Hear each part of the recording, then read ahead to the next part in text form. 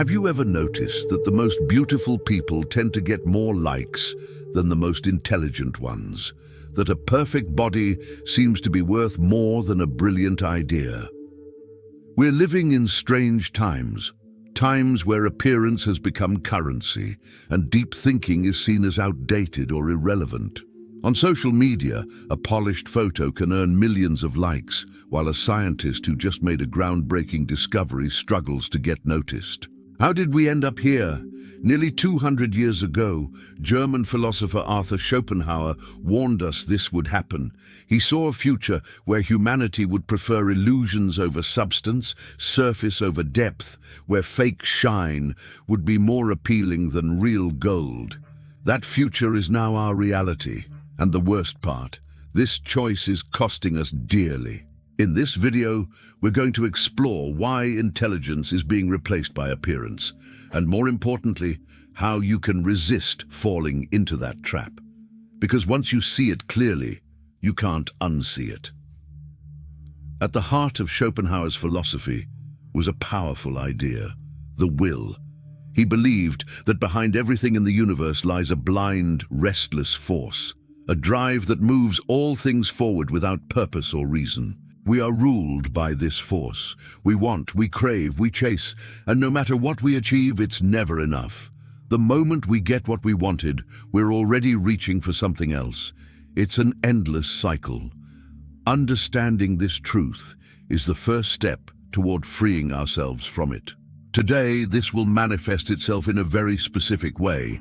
In the desperate search for external validation, we need others to see how beautiful, successful, and happy we are. We post photos, videos, share every moment of our lives, hoping someone will validate us with a like, a comment, a share. We've become slaves to other people's opinions. Our self-esteem no longer comes from within, it comes from outside. Schopenhauer would say, this is just another form of suffering. We're trying to fill a void that can never be filled. Because no matter how many likes you get today, tomorrow you'll need more. No matter how many compliments your photo gets, next week you'll have to post a better one. It's a race with no finish line. And while we chase this superficial validation, we leave aside what really matters. Developing who we are on the inside. The thing is, this need for constant approval turns us into actors on an endless stage. We wake up thinking about what we're going to post. We choose clothes not because we like them, but because they look good in photos. We visit places not for the experience, but for the potential to generate content. Our life stops being lived and starts being staged.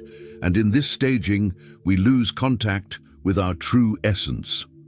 The philosopher also talked about the veil of Maya, a concept he borrowed from Eastern philosophy. Maya is the goddess of illusion. The veil of Maya is what covers true reality and makes us see only appearances. We live deceived, looking at shadows and thinking they're real things. It's like being in a theater watching a play and forgetting that it's just a performance. Social media is the perfect veil of Maya. There, everyone creates an edited version of themselves. Filters hide imperfections. Photos are taken dozens of times until the perfect one comes out. Captions are carefully written to convey a specific message. Nobody shows the bad moments, the insecurities, the failures. What we see is a collective illusion where everyone seems happy, beautiful, and fulfilled all the time. And the worst part is that we start to believe in this illusion. We compare our real life with the edited lives of others and feel inadequate.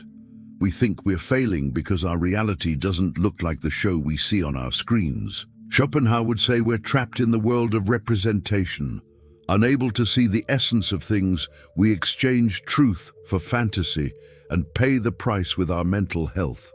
What's interesting is that this illusion is collective, and everyone participates in it consciously. We know that friend's perfect photo took 2 hours to get ready. We know that happy moment frozen on Instagram doesn't represent her entire day. But even so, we keep playing this game of pretending everything is perfect.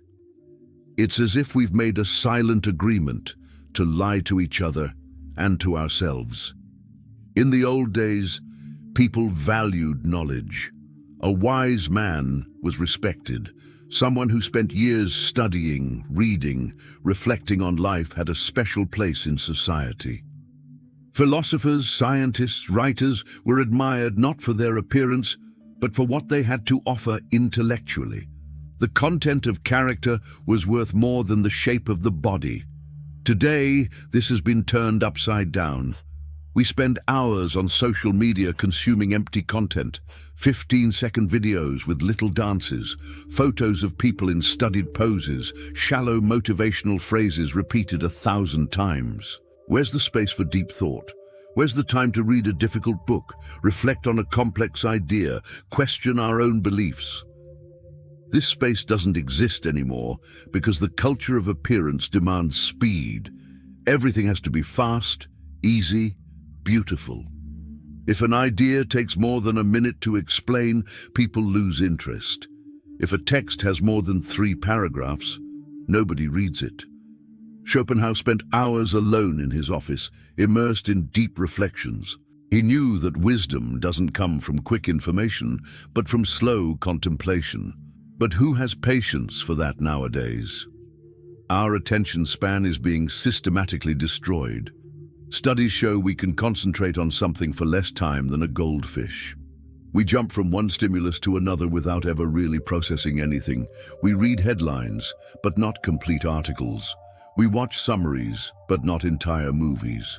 We listen to song clips, but not complete albums. This constant fragmentation of attention makes us incapable of dealing with anything that requires prolonged focus. The German philosopher made an important distinction between the world as representation and the world as will. The world as representation is what we see on the surface. It's the forms, the colors, the appearances. It's reality as it presents itself to our senses. The world as will is the hidden force behind everything, the essence that moves things, the deep reality that we can't see directly. Our society lives only in the world of representation. We only care about what's on the surface. A person is judged by their clothes, their car, their house, their body. Nobody asks what their values are, what they think, how they treat others when nobody's looking. The packaging has become more important than the content. It's like judging a book only by its cover without ever opening it to read. This inversion has serious consequences. Empty people on the inside gain prominence because they know how to present themselves well. Individuals with questionable character become influential because they have good looks. Meanwhile, serious thinkers, dedicated scientists, true artists stay in the shadows. They might have something valuable to offer, but they don't know how to play the game of appearances. And in a world where only the surface matters, whoever doesn't shine on the outside simply doesn't exist. Schopenhauer argued that this obsession with the surface prevents us from achieving any real understanding about life. We remain trapped in judgments based on temporary and irrelevant characteristics. Physical beauty disappears with time. Social status can evaporate overnight. Material possessions are lost or become obsolete. But we build our entire identity and value system on top of these ephemeral things. Constant exposure to the edited lives of others is making us sick. Studies show that the more time we spend on social media, the more anxious and depressed we become. Why? Because we live in a state of permanent comparison. We look at a friend's photo in Paris and feel small because we haven't traveled. We see an influencer's perfect body and hate our own body. We observe the apparent success of others and feel like failures. Schopenhauer had a pessimistic view of human life. For him, to exist is to suffer. The will pushes us to desire things we don't have, and when we get them, we soon get bored and want more. It's a cycle of perpetual dissatisfaction. The only thing that changes is the objects of our desire. Before we wanted food and shelter. Today we want likes and followers. But the mechanism of suffering is the same. The difference is that now this suffering is amplified by social media. It's no longer enough to compare ourselves with our neighbors. Now we compare ourselves with the whole world, with celebrities, millionaires, professional models. It's an impossible competition to win. And the more we try to reach these unreal standards, the further we get from who we really are. We lose our authenticity trying to fit into an image we can never be. The worst part is that this constant comparison creates a sense of artificial urgency. We see someone our age achieving something and we panic. We think we're behind in life, that we should be more advanced, that something's wrong with us. But we're comparing our real journey full of obstacles with the edited and carefully selected achievements that others choose to show. It's a fundamentally unfair comparison that can only make us feel bad. There's something curious happening in our society. People with no intellectual training, no specialized knowledge, no real contribution to the world gain millions of followers. Why? Because they're beautiful. Because they know how to pose. Because they master the art of superficial self-promotion. Meanwhile, university professors, researchers, serious writers can barely pay their bills. Schopenhauer harshly criticized what he called the taste of the masses. For him, most people don't have the ability to appreciate truly good things. They prefer the obvious, the easy, the superficial. A pretty painting sells more than a deep one. A catchy song plays more than a complex composition. People don't want to think. They want to be entertained, simply and quickly. This preference for mediocrity has always existed, but today it's institutionalized. Digital platforms reward superficial content because it generates more engagement. A dance video goes viral faster than a philosophy lesson. A bikini photo has more reach than a scientific article. The system was designed to promote appearance and bury substance. And we, as consumers, feed this system every time we choose empty entertainment over deep content. But here's an important reflection. Social media isn't the enemy of knowledge by nature. There are excellent educational channels, serious science communicators, teachers who can explain difficult concepts in accessible ways. The problem isn't in the tool itself, but in the use we make of it. When we consistently prioritize the superficial over the deep, when we reward appearance more than substance, we're choosing the type of content we want to see thrive. The thing is, this kind of conscious choice requires effort. It's easier to watch a funny video than to think about a complex topic. It's more comfortable to look at pretty pictures than to read dense texts. Our mind naturally seeks the path of least resistance, and platforms know this. That's why their algorithms push us toward content that demands less from us, that keeps us scrolling non-stop, that addicts instead of educates. Schopenhauer was known for being a loner. He didn't have many friends and spent most of his time alone. But this wasn't weakness. It was choice. He believed that solitude is necessary for intellectual development. When we're alone, we can think without distractions. We can dive into complex ideas. We can truly know ourselves. Today, solitude has become something scary. People can't stay 5 minutes alone without grabbing their phones. We need to be constantly connected, seeing what others are doing, posting about our own lives. Silence bothers us.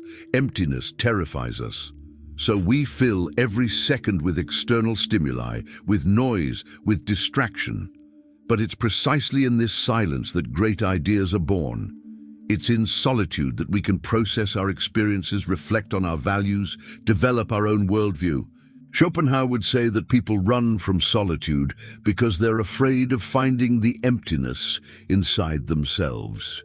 They've built an identity based entirely on external validation and don't know who they are when nobody's looking. That's why they need to always be visible, always connected, always performing for an invisible audience. Think about the last time you were really alone with your thoughts. No phone, no music, no television, nothing. Just you and your mind. How long did it last? Probably less than you'd like to admit, because being alone with our thoughts can be uncomfortable. We start thinking about our choices, our fears, our insecurities, and it's much easier to escape these reflections through constant distraction. But this escape has a price. We never develop a rich inner life. We never learn to be enough for ourselves. We become dependent on external stimuli to feel alive. And ironically, the more we flee from solitude, the lonelier we truly feel. Because being surrounded by superficial online connections is a much deeper form of loneliness than being physically alone, but at peace with yourself. Art has always been for Schopenhauer a form of temporary escape from suffering. When we contemplate a true work of art, we can free ourselves for a few moments from the will that dominates us. We stop desiring, wanting, struggling. We simply exist in that pure aesthetic experience. Art elevates us above our miserable condition and gives us a taste of peace. But what have we done with art today? We've turned museums into backgrounds for Instagram photos.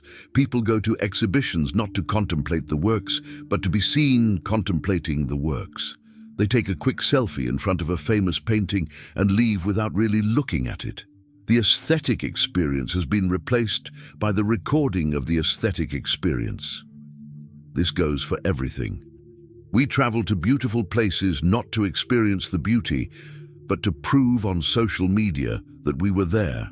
We go to expensive restaurants not to savor the food, but to photograph the dish. We watch the sunset through our phone screen while recording a video instead of simply looking at the sky. We've lost the ability to be fully present because we're always worried about documenting and sharing. Life has become a constant performance for an online audience. Schopenhauer argued that true art requires disinterested contemplation. This means looking at something without wanting to possess it, without thinking about how it benefits us, without calculating its value, just appreciating the thing in itself. But how can we do this when our first impulse upon seeing something beautiful is to grab our phone and photograph it? When our relationship with beauty is always mediated by the need to capture and share it? This inability to simply be present and contemplate things robs us of one of the few genuine sources of happiness we have. The pure aesthetic experience that Schopenhauer described is a rare moment of peace in a world full of anxiety. But we trade this peace for a few temporary likes. It's a terrible bargain. We buy things we don't need with money. We don't have to impress people we don't know. This phrase sums up well the madness of modern consumerism. Schopenhauer saw material attachment as a source of suffering. The more we possess, the more we have to lose. The more we desire to have, the more unhappy we become because there will always be something we don't have. Today, consumption isn't just about satisfying needs, it's about building an image. We buy certain clothing brands to communicate status. We drive certain cars to show success. We use specific products to associate ourselves with a lifestyle. Our consumer choices have become statements about who we are, or rather about who we want to appear to be.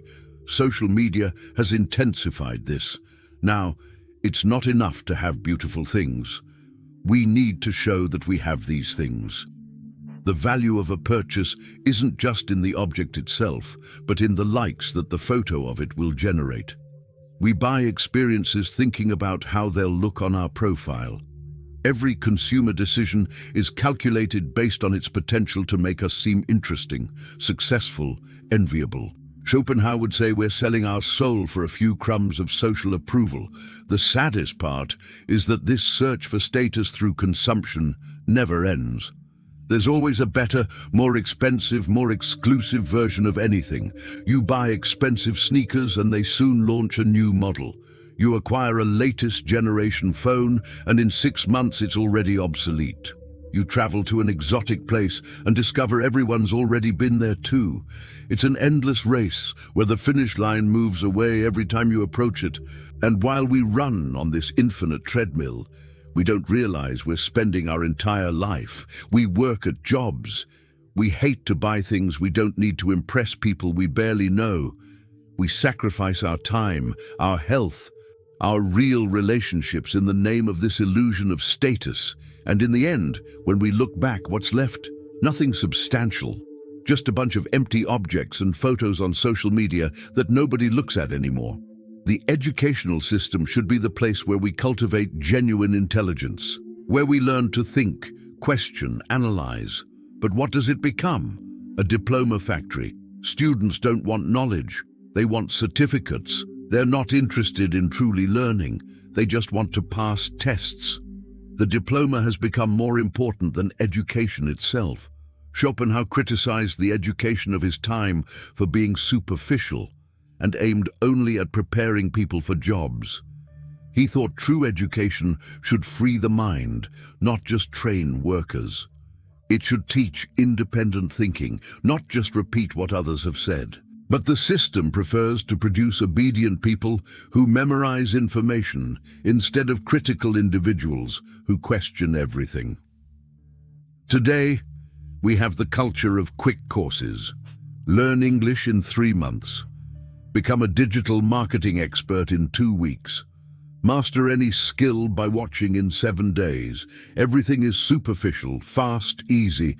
Nobody wants to spend years deeply studying a subject. They want shortcuts, magic formulas, immediate results.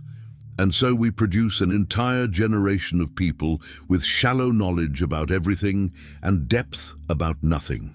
This educational superficiality has serious consequences. People who haven't developed critical thinking are easily manipulated. Individuals without deep knowledge of anything can't distinguish quality information from nonsense. A population educated only on the surface is vulnerable to absurd theories, simplistic solutions to complex problems, charismatic but incompetent leaders. Besides, we lose the pleasure of true learning. Studying something deeply, mastering a complex subject, making connections between different areas of knowledge brings a satisfaction that no quick course can offer. But this satisfaction requires patience and sustained effort. It requires accepting that we won't understand everything immediately. It requires humility to recognize our ignorance. And these are increasingly rare qualities in a culture that promises instant results without real effort. The way we communicate has drastically impoverished. We reduce complex thoughts to hashtags. We express deep emotions with emojis. Meaningful conversations have been replaced by exchanging memes. Language, which should be a tool to express sophisticated ideas, has become just a means to generate quick engagement. Schopenhauer was obsessed with clarity in writing. He believed that confused thoughts produce confused texts. If someone can't explain an idea clearly, they probably didn't understand that idea properly. He despised authors who used fancy language to hide lack of content. For him, simplicity wasn't stupidity. It was the result of deep understanding. But today, we have another problem. We don't use overly complex language. We use overly simple language. We reduce everything to slogans, catchphrases, motivational cliches. Be yourself, believe in your dreams, positive thinking. These phrases don't mean anything. They're empty shells repeated infinitely until they lose any meaning. We've stopped having real conversations where we explore ideas with depth. We've traded them for superficial comments that fit in a text box. The loss of the ability to express ourselves with nuance and complexity impoverishes us intellectually. When we can only think in short and simple sentences, our own thoughts become short and simple. Language doesn't just express thought, it shapes it. If our vocabulary is limited, our ability to understand the world is too. If we can only communicate basic ideas, we can only have basic ideas. Moreover, this excessive simplification of language eliminates the possibility of expressing ambiguity, contradiction, uncertainty. Real life is full of these things, situations where there's no right or wrong answer. contradictory feelings that exist at the same time, complex questions with no simple solution, but our way of communicating has no space for this. Everything has to be definitive, clear, direct. And so we lose the ability to deal with the complexity inherent in human existence. So what do we do in the face of this scenario? Schopenhauer had a radical answer: deny the will. For him, the path to ending suffering was to stop desiring. Not in the sense of repressing desires, but of transcending them through aesthetic contemplation, compassion for others, and ultimately an aesthetic life where we abandon worldly pleasures. Applying this today doesn't mean becoming a monk and going to the Himalayas. It means making conscious choices about where we put our attention. It means resisting the constant pressure to always be visible, always productive, always perfect. It means cultivating a rich inner life, even if nobody knows it exists. It means valuing more who we are than how we appear. In practice, this could be turning off social media for a few hours and simply thinking. It could be reading a difficult book that will challenge your way of seeing the world. It could be having deep conversations with few people instead of shallow interactions with many.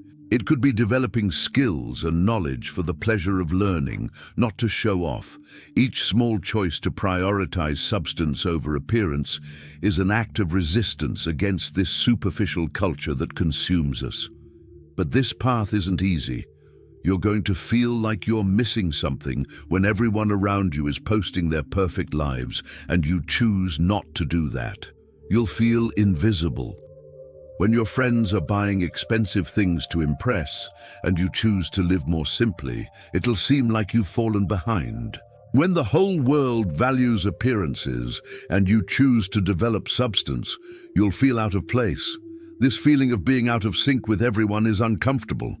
But Schopenhauer would say this discomfort is a sign you're on the right path, because the path of the majority is the path of suffering, disguised as happiness. It's the infinite treadmill of desires that are never satisfied. It's the search for validation that never comes.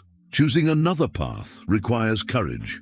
It requires being willing to be different.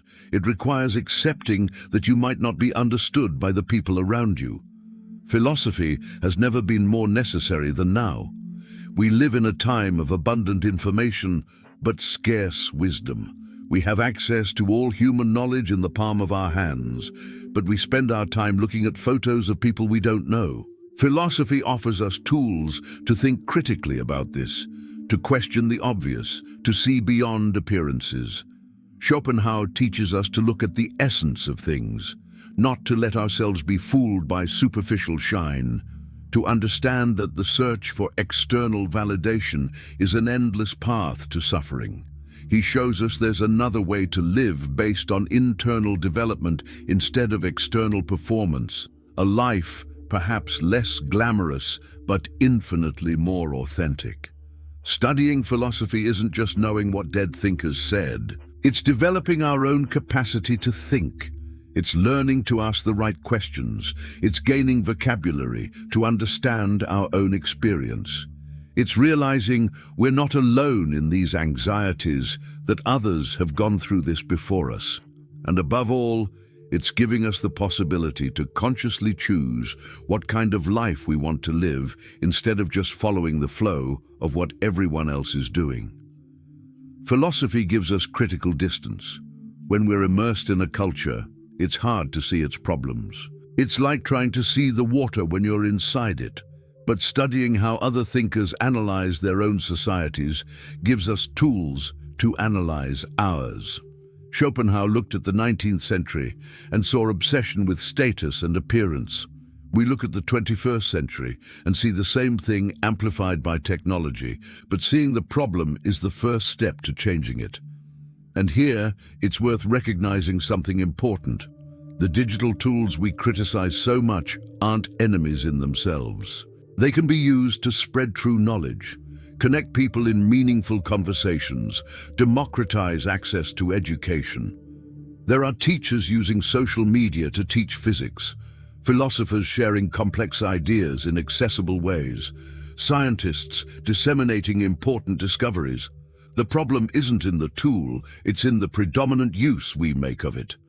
When we consciously choose to follow content that challenges us intellectually instead of just entertains us, when we seek depth instead of superficiality, when we use these platforms to learn instead of just showing off, we're making technology work in our favor. But this requires discipline and intention. It requires fighting against algorithms that want to keep us trapped in the superficial. It requires actively choosing the difficult over the easy, the substantial over the empty. History is full of brilliant thinkers who were ignored in life. Van Gogh sold only one painting while alive. Today, his works are worth millions. Schopenhauer himself only gained recognition at the end of his life. After decades writing for a tiny audience, many of humanity's greatest geniuses died poor, forgotten, ridiculed. Why does this happen? Because truly original people are ahead of their time. Their ideas are too complex for popular taste. Their art challenges instead of comforts. They don't fit the aesthetic standards of the moment, so they're ignored, ridiculed, or simply invisible to their contemporaries. Only decades or centuries later does the world finally catch up with them and recognize their value. Meanwhile, empty celebrities dominate public attention, people famous for being famous. Influencers who don't influence anyone to do anything really important. Personalities whose only contribution to the world is their appearance or ability to generate controversy. They shine intensely for a few years and then are completely forgotten. They leave no legacy, change nothing, add nothing of value. They're fireworks that explode beautifully but disappear the next instant.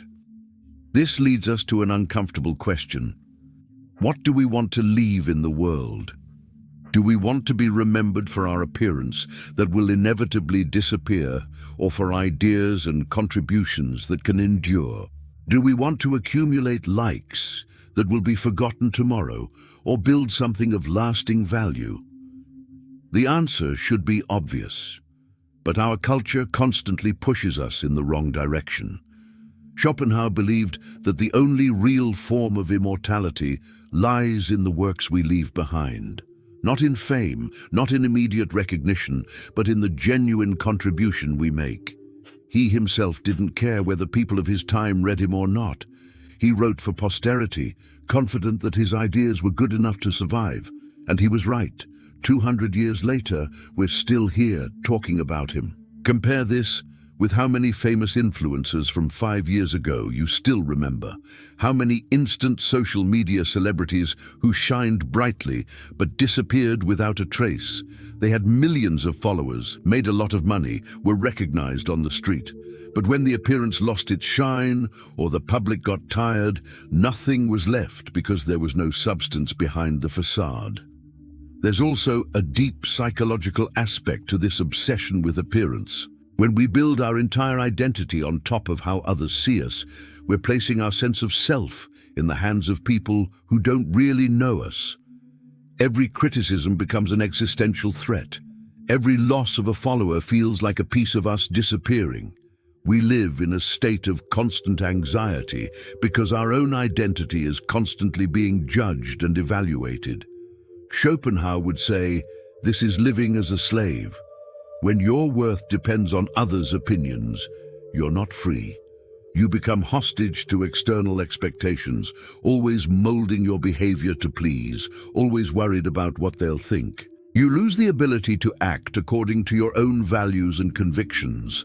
Your life stops being yours to become a performance for an audience that's never completely satisfied. True freedom for the philosopher comes from within. It comes from building a sense of identity based on who you really are, not on how others perceive you. It comes from developing your own values and living according to them even when nobody's applauding. It comes from finding satisfaction in the process of becoming a better person, not in the praise this may or may not generate. This doesn't mean becoming insensitive to others' opinions. It just means not making it the center of your existence. It means listening to constructive criticism without letting destructive criticism destroy you. It means valuing genuine recognition without depending on it to know your own worth. It's a difficult balance, but necessary for a mentally healthy life.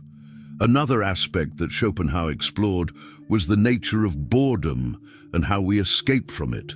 For him, humans oscillate between two states: suffering when we desire something we don't have, and boredom when we get what we wanted. We rarely experience lasting satisfaction, and when boredom arrives, we do everything to escape it. Social media is the perfect tool for escaping boredom. The moment we feel bored, we grab our phone and dive into an infinite stream of content. We never need to really feel the boredom, process it, or learn something from it. There's always a distraction one touch away. And this might seem positive at first glance, but it's actually robbing us of something important. Boredom, according to Schopenhauer, is necessary. It's in boredom that deep questions about life arise. It's when we have nothing to do that we start thinking about the meaning of things, about our goals, about who we are. Boredom forces us to confront ourselves. And yes, this is uncomfortable. But it's from this discomfort that real growth is born. When we completely eliminate boredom from our lives through constant distraction, we also eliminate the opportunity for self-knowledge. We never stop to think because there's never a moment of silence. We live in autopilot mode, reacting to external stimuli without ever really consciously choosing how we want to live. And then one day, we wake up and realize that years have passed without us really living. We just existed, consumed, reacted. Compassion was another central theme for Schopenhauer. He believed that genuine compassion for others was one of the few things that could temporarily free us from the selfishness inherent in the will. When we truly feel another person's pain as if it were our own, we momentarily transcend our own individuality and experience a form of deep connection. But the culture of appearance kills genuine compassion. When we look at people and see only their carefully constructed surfaces, we can't feel real empathy. When everyone seems perfect and happy on social media, we don't notice the real suffering that exists behind the masks. When we judge people only by appearance, we dehumanize them. They become objects to be evaluated, not complex human beings with their own struggles and pains. Moreover, constant exposure to the superficial suffering of celebrities desensitizes us to real suffering. We see a famous actress complaining about something trivial, and it gets more attention than millions of people living in real misery. We get used to treating suffering as entertainment. We comment on other people's problems as if they were reality show episodes. We lose the ability to truly feel with the other. Schopenhauer would say this lack of genuine compassion is a symptom of a sick society. When we can't see the shared humanity that exists in all of us, when we treat people as objects for our entertainment or comparison, we lose what's most fundamental in human beings. And this not only harms others, but harms us too, because in compassion we find meaning. In genuine connection with other human beings, we find an antidote to existential emptiness. There's also the question of time. Schopenhauer immensely valued time as the most precious resource we have. Each moment that passes never comes back. Each wasted hour is an hour of life that's gone forever. And he argued we should be extremely careful about how we spend this limited resource. But what do? We spend hours scrolling through social media feeds without absorbing anything of value. We consume hundreds of short videos that go in one ear and out the other. We spend our time, our most precious asset, on content designed to addict us, but not to enrich us. And at the end of the day, when we realize hours have passed and we've done nothing significant, we feel empty because deep down we know we've wasted something we can never get back. The time we spend building and maintaining our online image is time we don't spend really living. It's time we don't use to develop real skills, build deep relationships, create something of value, learn something new. We exchange real experiences for representations of these experiences. We exchange life for performance of life. Schopenhauer would say that when we reach the end of life and look back, we won't remember how many likes we got. We won't care about how many followers we had. We'll remember the genuine experiences, the real connections, the knowledge we acquired, the contributions we made. We'll wish we had spent more time doing things that truly mattered and less time worried about appearances. The problem is that this perception usually comes too late. Only when we get old and look back do we see clearly how much time we wasted on things without importance. But then there's no way to go back. That's why the philosopher insisted we should think about these questions while we still have time to change our course. We should question now whether the life we are living is the life we want to have lived when we reach the end. There's a deep irony in all this. We seek appearance and external validation because we want to feel special, unique, important. But in doing this, we become the same as everyone else who's doing exactly the same thing. Everyone posting similar photos, using similar filters, following the same trends, repeating the same phrases. In trying to stand out, we become part of a uniform and indistinguishable mass. Schopenhauer observed that true individuality comes from within. It comes from developing your own way of thinking, your own values, your own worldview. It comes from having the courage to be different, even when it means not being popular. The truly unique people in history didn't try to fit in. They didn't follow trends. They created their own. But creating your own path is scary. It's more comfortable to follow what everyone else is doing. If everyone's obsessed with appearance, at least we're not alone in this obsession. If everyone's living superficially, we don't need to confront the frightening depth of existence. There's safety in being part of the herd, even when the herd is marching toward a cliff. The question is, do you want to be just another one in the crowd, or do you want to be genuinely yourself? Do you want to live the life society expects of you, or the life that really has meaning for you?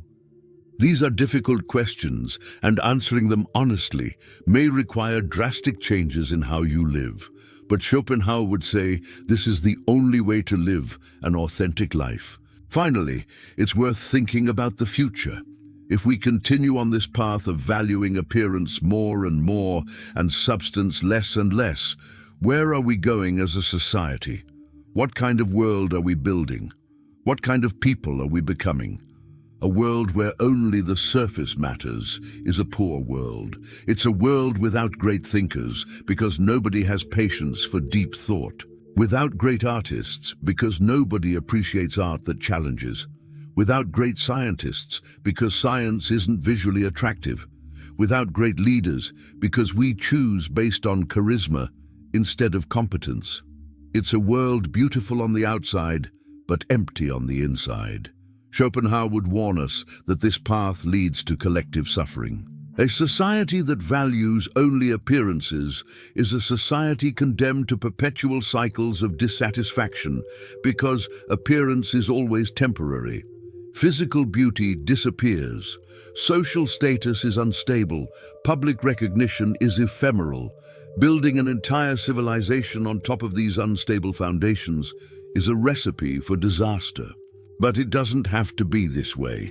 We can still choose differently as individuals.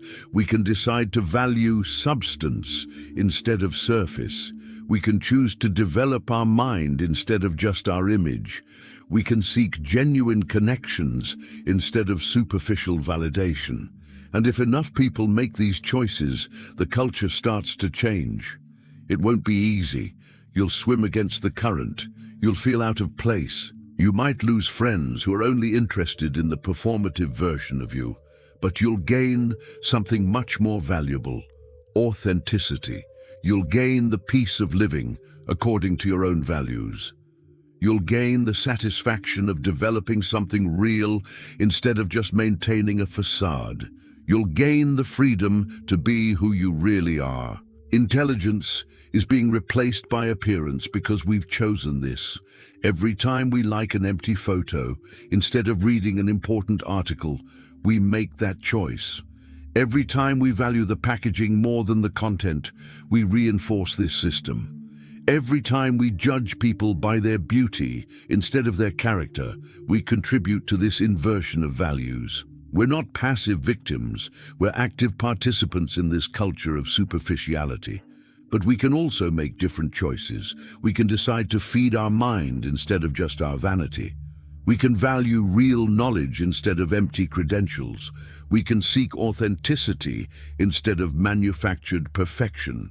Schopenhauer showed us that the path to a meaningful life goes through looking beyond appearances. It's not an easy or popular path. It requires courage to be different, discipline to resist the temptations of superficial culture, and humility to admit that maybe we've been wrong about what really matters. But it's the only one that leads us to something real, deep, and lasting. The choice is yours. You can continue in the infinite race for external validation that never satisfies, or you can start building something genuine on the inside that nobody can take from you. So, choose wisely. Or you might discover the only real antidote against this epidemic of superficiality, and there is a next step, something I reserve only for those who truly understood the depth of this problem. It's not a course. It's not a quick solution. It's deeper than that. I left the access in the first pinned comment, but only click if you're truly ready to face the consequences of thinking differently. If this video made you think differently about the world we live in, leave your like and subscribe to the channel. Share it with someone who needs to hear this message. And most importantly, start today, making choices that prioritize who you are instead of how you appear. Until the next video.